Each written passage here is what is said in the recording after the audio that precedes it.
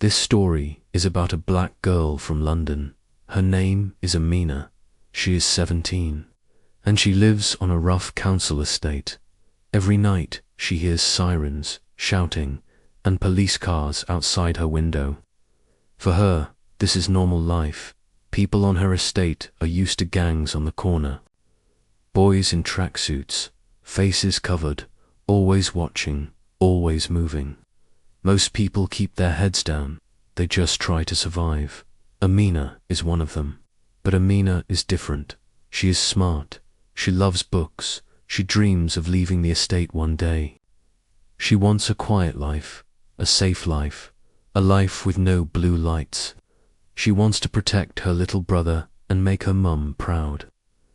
This story is about what happens when one choice changes everything.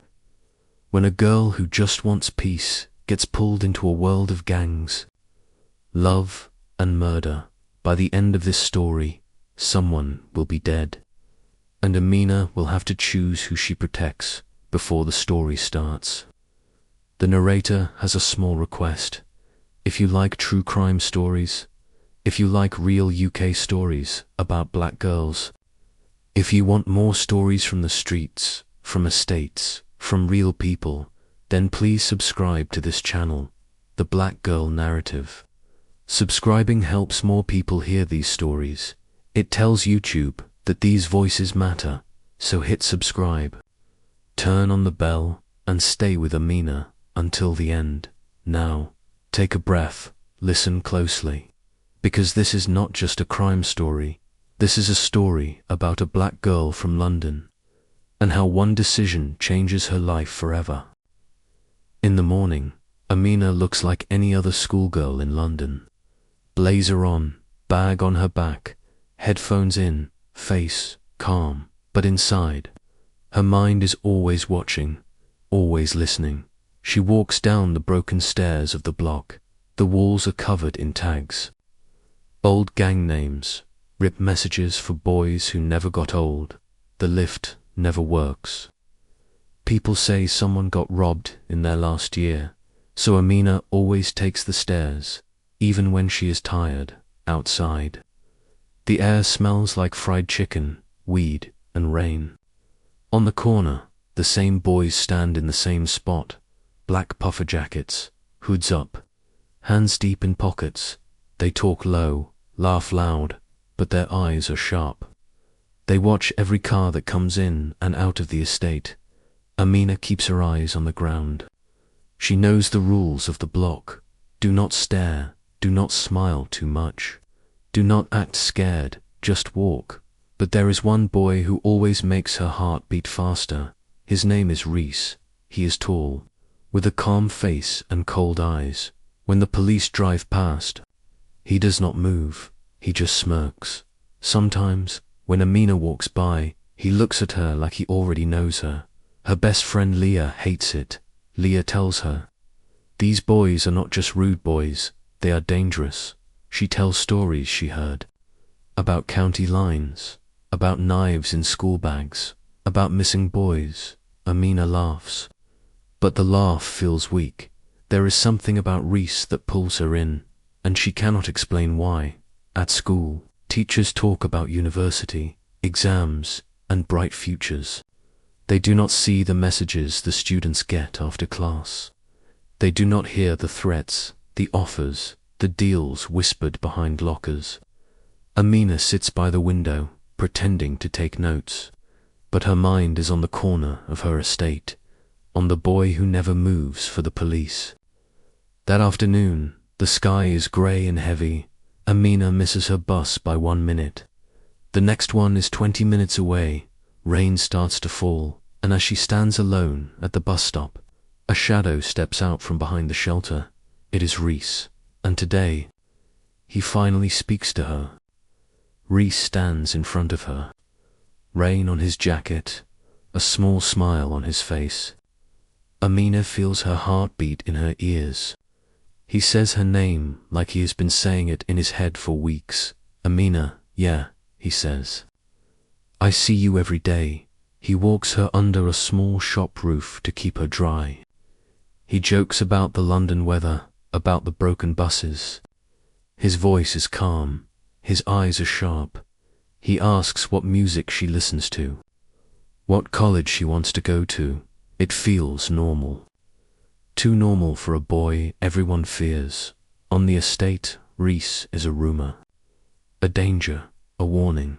But here, at the bus stop, he is just a boy with wet hair and a soft laugh. Amina feels safe and scared at the same time. It is like standing close to a fire. Warm but risky, they start texting that night. Good morning texts, before school. Did you get home safe? Eat something, yeah. No one has ever checked on her like that before. Leah rolls her eyes and says, he is love-bombing you. But when Amina sees his name pop up on her screen, she smiles. Days turn into weeks. Reese meets her at the bottom of the stairs, walks her to the bus stop. He holds her bag sometimes, buys her chips after school. He tells her she is different, not like the other girls. He talks about leaving the estate one day, moving to a quiet place by the sea. Just them two. Amina starts to picture that life. But there are cracks in the dream. Sometimes he goes missing for days. No reply, no answer. Then he comes back with a new phone. New trainers, too much cash. His knuckles are bruised. His hoodie has a small blood spot he pretends not to see. When she asks what happened, he laughs and says, work. One late evening, they sit on a bench. The estate quiet but heavy in the distance. A police helicopter circles another area. Reese looks at Amina in a new way. Serious, searching, he leans closer and says, if you really love me, I need you to do one small thing in that moment. Amina does not know it yet, but this small thing is the first step into a world she can never fully leave. The next day feels strange from the start. The sky over the estate is dark, even in the afternoon. The air is heavy, like something bad is already on the way. Amina comes home from school, tired. Her mum is cooking in the small kitchen. Jamal is doing homework on the sofa. Everything looks normal, feels normal. But her phone will not stop buzzing. Reese has messaged her again and again. Where are you? Come outside. It's important.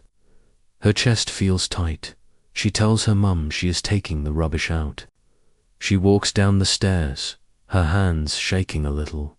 When she reaches the bottom, she sees him. Reese is not calm today. His eyes are wide, his jaw tight, his hoodie half open. He keeps looking over his shoulder, like he expects someone to appear. He pulls her into the shadow of the doorway. Amina, I need you, he says, his voice low and fast. He takes a small black bag from under his jacket. It looks heavy for its size, wrapped tight, no labels. He does not smile this time. I just need you to hold this for me. One night, police are moving mad. I can't keep it on me. You're the only person I trust. Amina feels her heart drop. She knows this is wrong. She knows this is big. She thinks of her mum upstairs, her little brother. She thinks of Reese in handcuffs, Reese getting stabbed, Reese disappearing forever. Her voice is small when she asks, what's inside? He looks at her for a long second, then shakes his head. You don't want to know. Just don't open it, please. He puts the bag into her hands. It is cold, heavier than it looks, in that moment. She feels like she is holding someone else's life, maybe even someone else's death. She hides it under her coat and walks back up the stairs. Every step feels louder, like the whole block can hear her secret. In her bedroom, she lifts a loose floorboard she used as a kid to hide candy. Now she hides something much darker. That night, rain hits the window. Amina lies in bed, staring at the ceiling. Down below, the estate slowly fills with blue light. Police vans, sirens, shouting in the distance. Her phone is silent now. Reese has stopped replying. Helicopter noise cuts through the night sky. Somewhere nearby, someone screams, someone cries. Amina presses her hand against the floor. She can almost feel the bag under the board. Like a heartbeat, she tells herself it is only for one night. Just one, but deep inside, she knows nothing on this estate ever stays simple. And by morning, that small black bag will be the reason someone knocks on her door. Morning comes, but it does not feel like morning. The sky is grey. The estate is quiet in a strange way. Amina's eyes are red. She did not really sleep. Her mum calls her for breakfast. Jamal is watching cartoons, laughing. The TV light flashes across the room. It almost feels like a normal day. Then, someone bangs on the front door. Not a soft knock, but a hard, heavy one. Boom, boom, boom. The whole flat jumps. Her mum wipes her hands on a towel, walks to the door. Amina's heart starts racing. She already knows, before she even hears it. This is about the night. This is about the bag. Her mum opens the door. 2 police officers stand there. Yellow vests, serious faces. Blue lights from the van shine through the hallway. Good morning. We need to ask some questions. Amina feels all the blood leave her face. Her mum turns to her, confused. What's going on? What did you do? Amina can't speak. Her throat is dry. The officers say there was a stabbing near the estate last night. A boy is dead. They are speaking to everyone who might know something. They ask to come in. They sit in the small living room. Jamal is sent to his room. The TV is turned off. The silence is loud. One officer opens a notebook. They say the boy who died is from a rival area. They say they have camera footage of boys running after him. They show Amina a blurry picture on a tablet. She sees Ty, Reese's friend, hood up. Something shining in his hand. Do you know this boy? They ask. Do you know anyone called Reese? Have you seen them tonight? Did they come here? The name Reese feels like a punch to her chest. She wants to tell the truth. She wants to scream. He came here. He gave me a bag.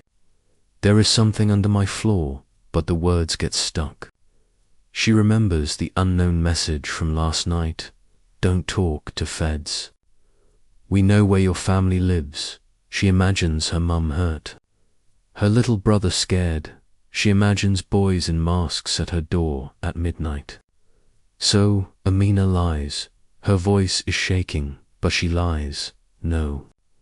I don't know them like that. I haven't seen them. The officers look at each other. They don't fully believe her, but they write something down. They give her mum a card. Say, if you remember anything, call this number when they finally leave. Her mum turns on the TV again, trying to calm the house. The news shows the crime scene, yellow tape, crying people. A picture of the dead boy appears on the screen. Amina feels sick. Somewhere a mother has lost her son, and the proof might be sitting under her floor. In a black bag, her phone vibrates. A new message from a private number. You did good. Don't ever speak to them. We see everything in that moment. Amina understands. She is not just a witness now. She is in the middle of a war between the police and the gang, and both sides want something from her. Night falls again on the estate. From the outside, Amina's block looks quiet. But inside her small bedroom, a storm is already happening. She sits on the floor, back against the bed. Her mum thinks she's doing homework. Jamal is snoring softly in the next room. The TV in the living room is low, talking about youth, violence, and gang crime. Amina stares at the floorboard, the same floorboard she used to lift as a child to hide sweets and secret notes. Now it is hiding something that could destroy her whole family. Her hands are shaking as she pulls it up. The black bag is still there. Heavy and ugly in the dark space, she lifts it out, the plastic cold against her fingers. Her heart is beating so loud she is sure someone can hear it. She remembers Reese's voice. Don't open it, you don't want to know. But she also remembers the dead boy's face on the news, his mum screaming behind the police tape.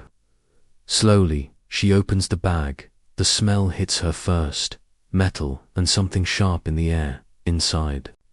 She sees wraps of drugs, and under them, wrapped in a cloth, a knife. The blade is long, with dark dried blood on it.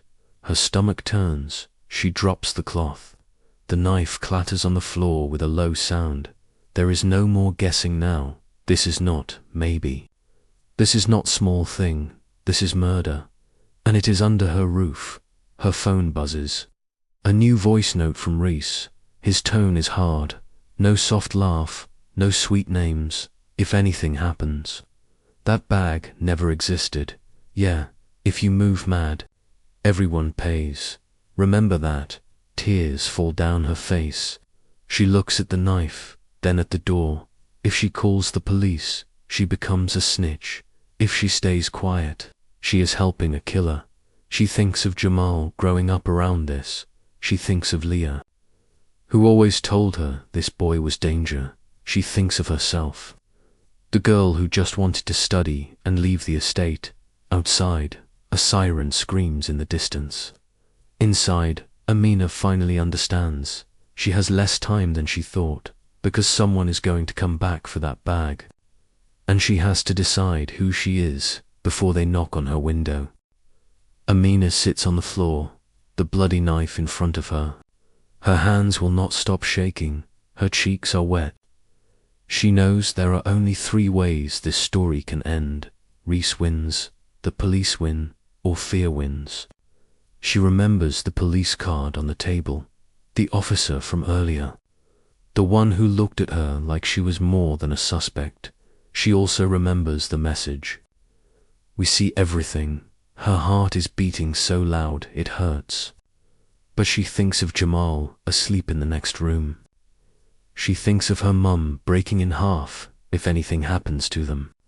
She thinks of the dead boy's mum screaming on TV. With slow hands, she wraps the knife again, puts it back in the bag, wipes her eyes. She lifts the floorboard, sneaks the bag under her coat. Tonight, she is not just a scared girl. Tonight, she is making a choice. She walks out of the block alone. The estate is quiet, but watching. Windows like eyes. She goes to the main road, where the CCTV is clear, where the gang boys do not stand. At the big bin near the bus stop, she stops. She takes a deep breath, her fingers tight on the bag. Then she drops it inside, like dropping a whole life.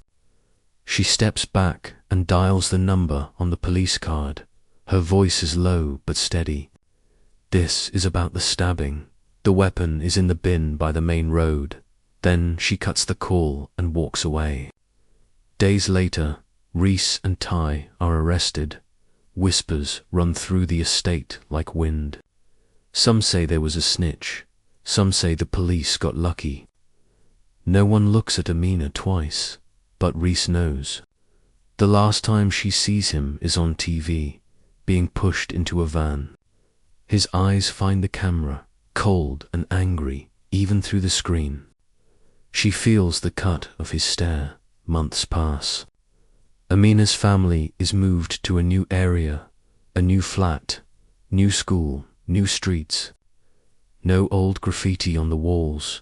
Sometimes she wakes up at night. Sure, she hears sirens, but it is only the wind. She still carries the weight of what she did.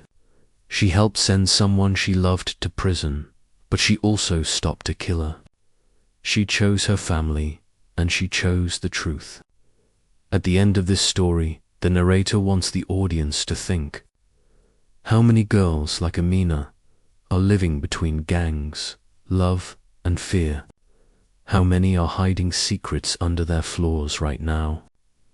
If you are watching this till the end, go to the comment section and tell us, how did you feel about Amina's story? Which part hit you the most?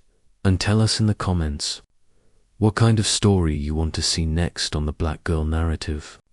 More UK true crime, love stories, horror, school drama, family stories. Your comments will help shape the next story on this channel. Thank you for staying till the end. Take care of yourself. Take care of your people. Take care. God, bye.